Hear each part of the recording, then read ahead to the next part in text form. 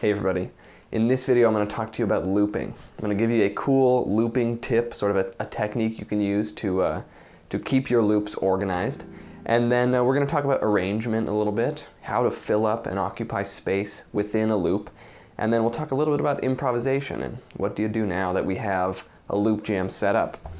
So the first thing that I want to do, and kind of the main point of this lesson, is I want to talk about using a loop layer as a metronome, as sort of like a rhythmic guideline for the whole piece. Now, I've got this little lick that I want to teach you. Sounds like this.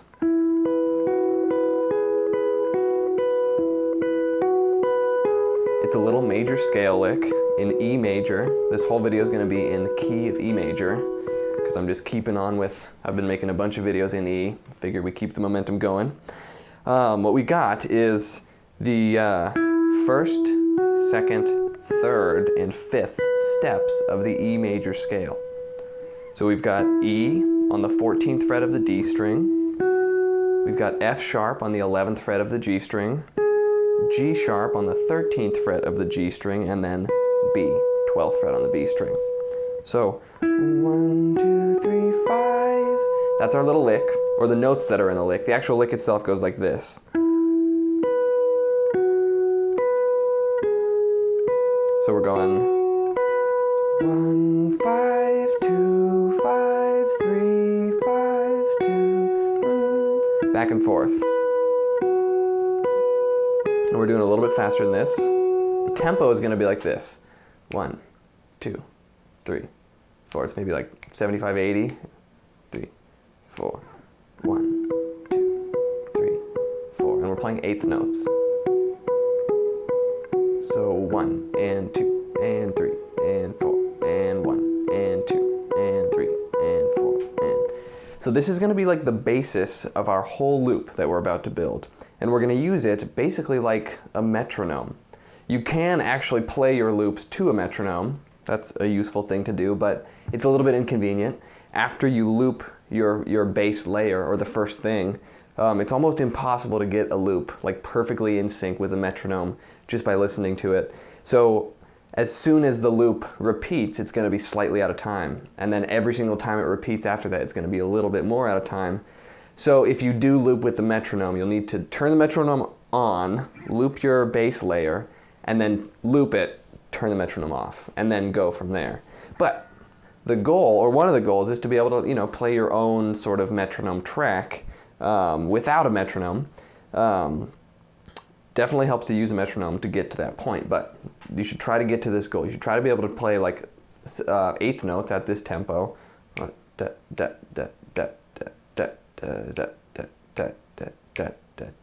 without a metronome. Because then what happens is we actually have two things going on. This little lick serves two purposes.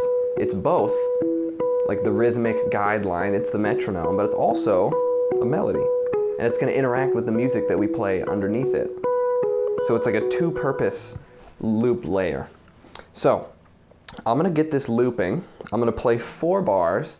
You could do 1 bar, you could do 2. It's really up to you, and it's up to what you want to put underneath it. I'm going to do 4 whole bars of it because, well, to give us some space to really experiment with what chords we want to play underneath it. But this is up to you. You can make the call of how many bars you want to repeat this. It's probably easiest to repeat it once, because then you only have to nail the timing once. 2 bars would be a little bit more challenging. 4 bars would be like the most challenging in terms of keeping time for this whole amount, the whole 4 bars. But experiment with it. It's good practice, just trying to play in time for an extended period of time. So here, I'm going to loop this 4 times.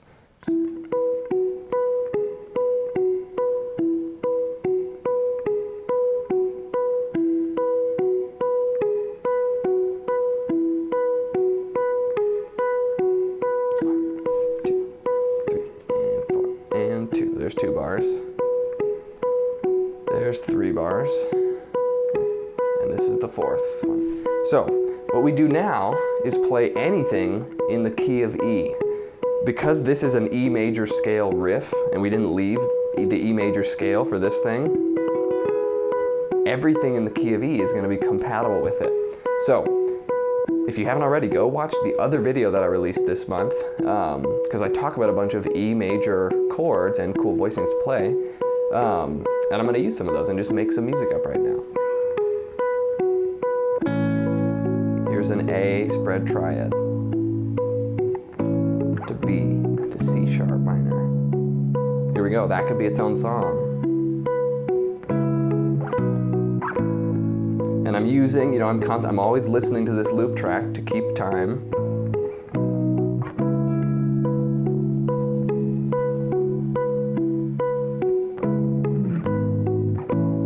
So, all you gotta do is just mess around with chords in the key of E major now. You could start off with something as simple as playing all of the chords in the key of E major in order. Something like this. 2, 3, 4. There's E to F sharp minor, to G sharp minor, to A, to B, C sharp minor, D sharp minor half diminished, and then there's E. And I mean, we're only playing like scales at this point. We got a little scale lick here, and then I just played all the chords in the key of E major going up the scale, and it sounded like music, right? It doesn't sound like boring scales or anything. All we gotta do to really send this home and make it a whole piece of music is pick a couple chords out of the key of E major, loop them, and then start improvising over the top of it. This is a really common loop pattern or loop format where we got 3 parts. We have a bass layer, then we have some chords, and then we have like an improvisation over the top of it. This is, I wouldn't say all I do, but this is a lot of what I do with a looper, is a 3-part jam. Now, I'm gonna pick 4 chords out of the key of E major. In fact, let's go super simple. I'm just gonna go the first 4 chords. Here's E to F sharp minor, to G sharp minor, to A. And I'm gonna loop this.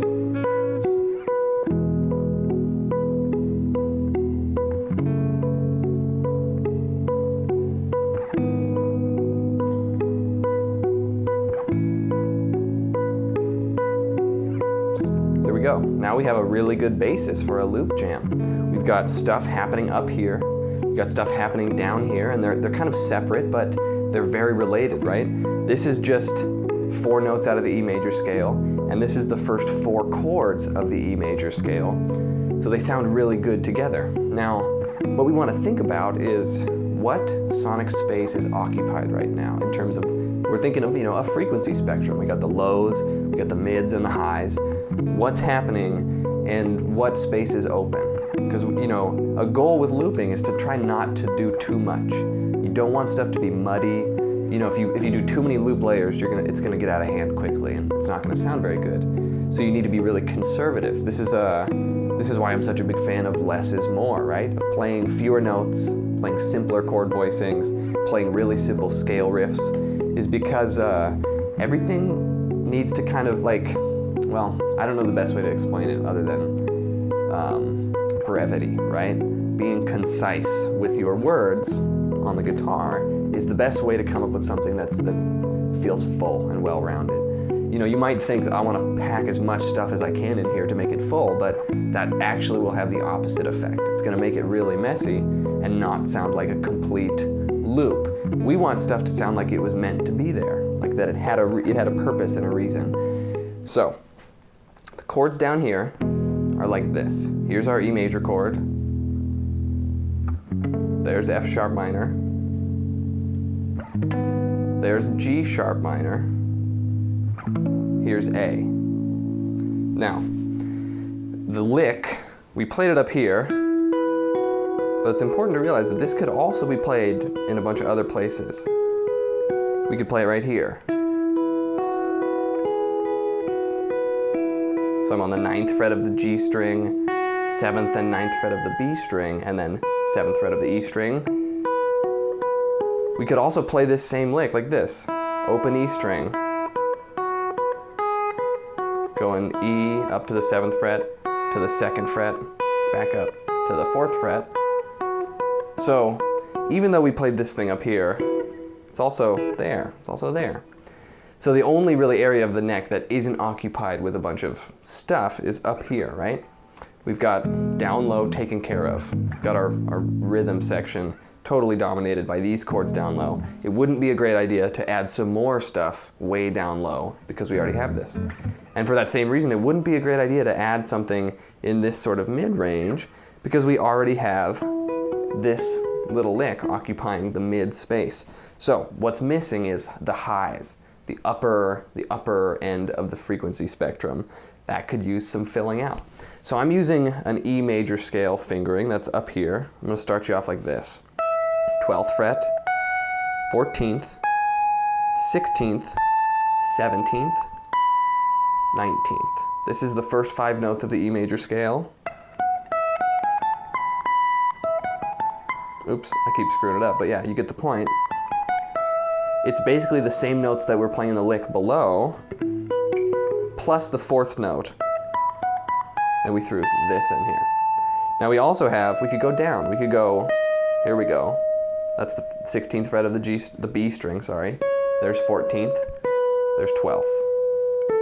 There's 14th fret G string, 13th. There's 11th, and there's 12th. We're kind of back down into that territory of that first lick that we played though, so we really want to keep things up here.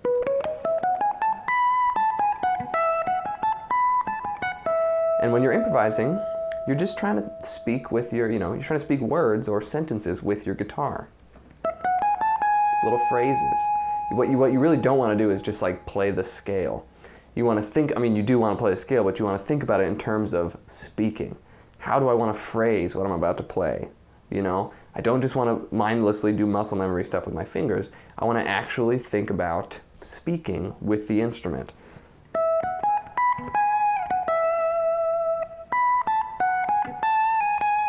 You want to repeat notes, you want to change directions, you want to go back and forth, you want to hop up and down. I've talked about this a couple times in videos about little tips and tricks you can use to turn scales into improvisations. But the most important thing, and I know it sounds super cliche, but you want to speak. You want to speak from in here, in your heart. You want it to not come out of your mouth, but your fingers. You want to translate your feelings into sound on the instrument. I know that sounds crazy, but that's what we're doing here.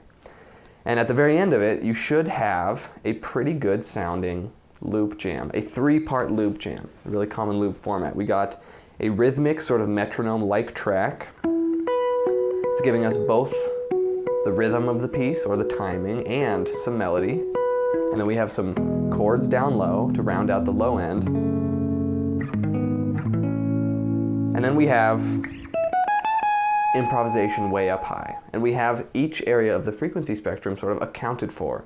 We got the lows taken care of, we got the mids taken care of, we got the highs taken care of. Now, this is just some random loop jam, right? We made it up on the spot here.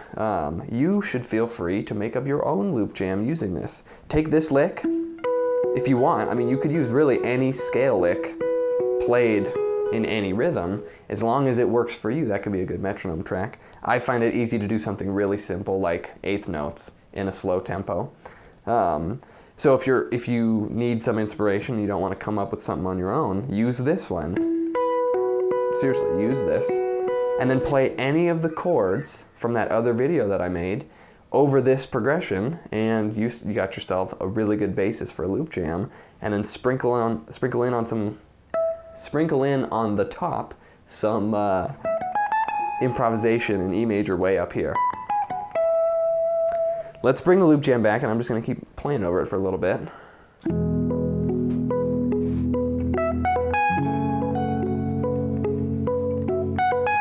Remember, always repeat stuff.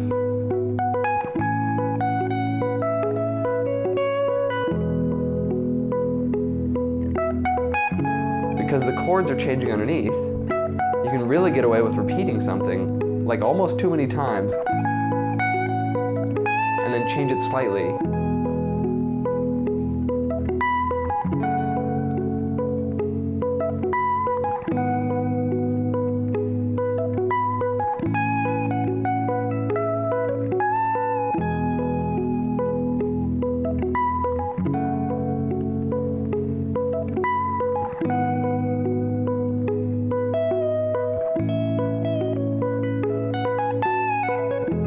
Okay, let's experiment with some different chords though. This is a really, really happy, I would call this uplifting, right? We've got a really strong major chord that we open up with, E major, the 1 chord, and then we go to 2 minor chords after that. But the music is ascending, so it's got this bittersweet vibe to it, right? But then we resolve to this really powerful 4 chord that's very major. So it's got a really happy beginning and a happy ending and a little bit of like, I don't know if you would call it, worry or stress or minor sad feeling on the way there, but it gets resolved to something happy, so it's like it was worth it. Let's try something else though. I'm gonna get rid of the chords and we're gonna leave this loop on the top and let's play something else. Let's go with a much different vibe. Feel free to jam along or use these own chords in your own loop jam. Let's see. Start with A.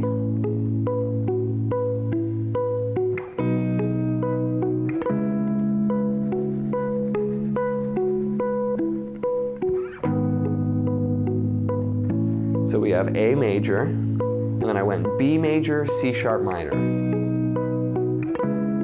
This one has a little bit more of a sad vibe to it. Then I went down to a G sharp minor chord before coming back to A.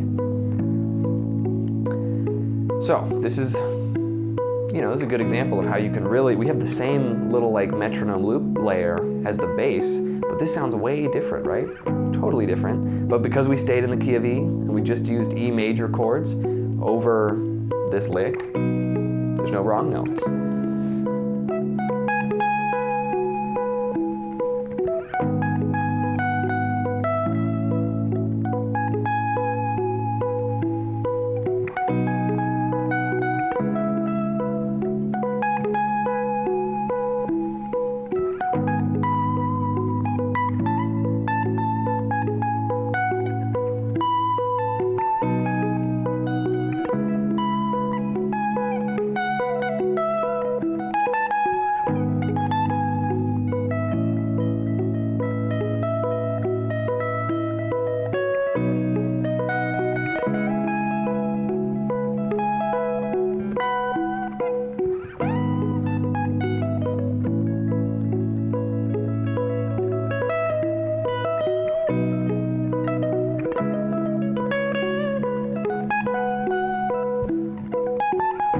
So, I'm rambling now. If you don't have a looper, I'm gonna just leave this playing for a little while for you to jam over. Remember this this scale shape way up here, and just start improvising over it using your own voice. That's the key. Speak with your own words using your hand. If you do have a looper, screw around with all this stuff that I just showed you how to do. Loop this little rhythmic bass layer as sort of like a metronome layer. Excuse me. And then have at it. Play any combination of the chords from the other video, or just any chords in the key of E, over the top of that metronome layer, and you got yourself a loop jam. And every step of the way, you want to pay attention to what space you're taking up with the individual parts of the loop. If you got something going on right here, maybe don't solo right there. If you got something going on down here, maybe don't add even more stuff down there. You want to think about what is represented and then, equally distribute parts across the whole frequency spectrum. I really think it's important about thinking about the whole spectrum as a whole. You got low, medium, high. How do we have things organized and distributed across this whole spectrum? This will really help you just, in your head visualize, okay, like, what do I need, what do I not need? And this looper has a great function where you can take away parts that you have laid down. I'm pretty sure most loopers will let you do that. So if you lay something down that maybe isn't good, take it away and then experiment with something else and just sort of add and take away until you find a nice balance of what sounds good overall. And remember, at the very end of the day, the most important thing is that you speak your own song with your own words, and then you just, you can use scales to do that, but it's got to come from here. I know it's cliche, but it's the real deal. You got to speak your own language, or your own messages. Okay, I'm starting to ramble again. I hope this was really useful for you. I'm going to leave this tune just playing out so you can jam to it if you don't have a looper. If you do have a looper, have fun with this and let me know how it goes. I always want to hear from you. All right, Peace out.